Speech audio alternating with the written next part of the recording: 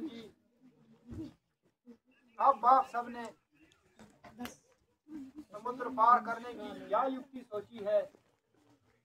भ्राता जी, आपके एक ही अग्नि बाण से सारा समुद्र सूख जाएगा और हमारी सेना उस पार हो जाएगी। भैया लक्ष्मण, इसमें हमारी क्या बड़ाई है? अपने से छोटे भाई पर शक्ति का प्रयोग कभी नहीं करना चाहिए।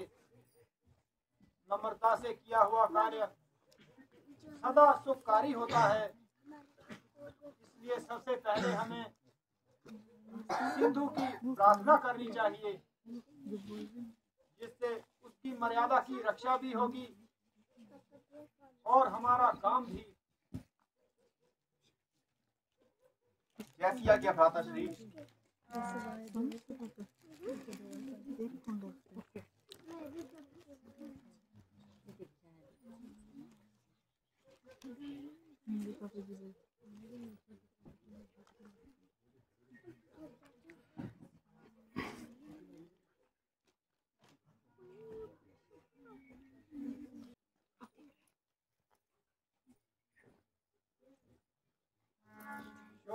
आज 3 दिन बीत गए, लेकिन अभी तक महासिंधु ने हमारी प्रार्थना नहीं सुनी। ये सब हमारी किस्मत का फल है। इस कुर्बानी किस्मत का क्या भरोसा। दिल में क्रोध उत्पन्न हो रहा है कि इस अभिमानी सिंधु को एक ही बाण से सुखा डालूं। आप तो हमेशा किस्मत को ही पुकारा करते हैं। तो ठीक है, अब मैं अग्नि बाण चढ़ाता हूँ और इस सिंधु को सुखाता हूँ।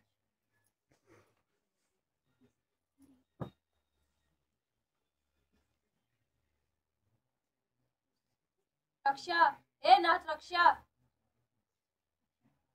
मैं अपराधी हूँ, मैं अभिमानी हूँ, आप मुझे क्षमा कीजिए।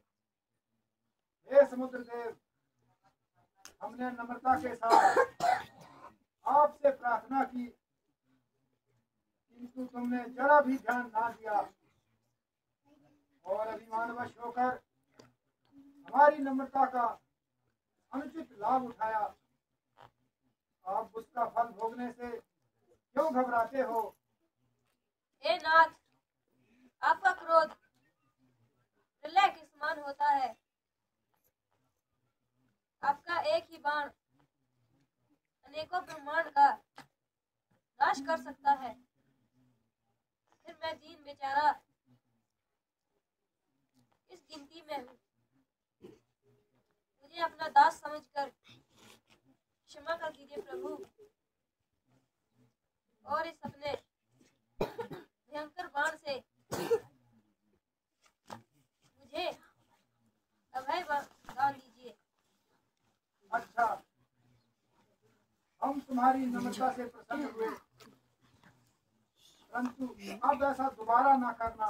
हमारी सेना को उस पार होने दो। भगवान, आपकी सेना में नल और नील 2 भाई हैं, जिन्होंने बचपन में क्षमाशील मुनि से वरदान लिया है कि उनके स्पर्श से बड़े बड़े पर्वत भी समुद्र में तैरने लगेंगे। इसलिए हे नाथ, नल नील अगर अपने हाथों से पत्थर समुद्र में डालेंगे तो इस प्रकार पुल तैयार हो जाएगा और आपकी सेना उस पार हो जाएगी।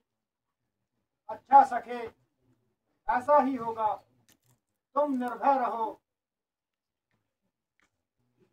अच्छा नल नील जी, अब तुम वानरों सहित जितनी जल्दी हो सके पुल बनाओ और शिवलिंग स्थापना संपन्न करो।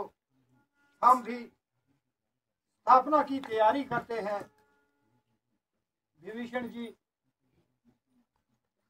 क्योंकि रावण सब वेद शास्त्रों का विद्वान है, इसलिए मेरे विचार से शिवलिंग स्थापना के लिए रावण को ही आचार्य के रूप में बुलवाना चाहिए। इसमें आप सबकी क्या राय है? भगवान, रावण हमारा शत्रु है।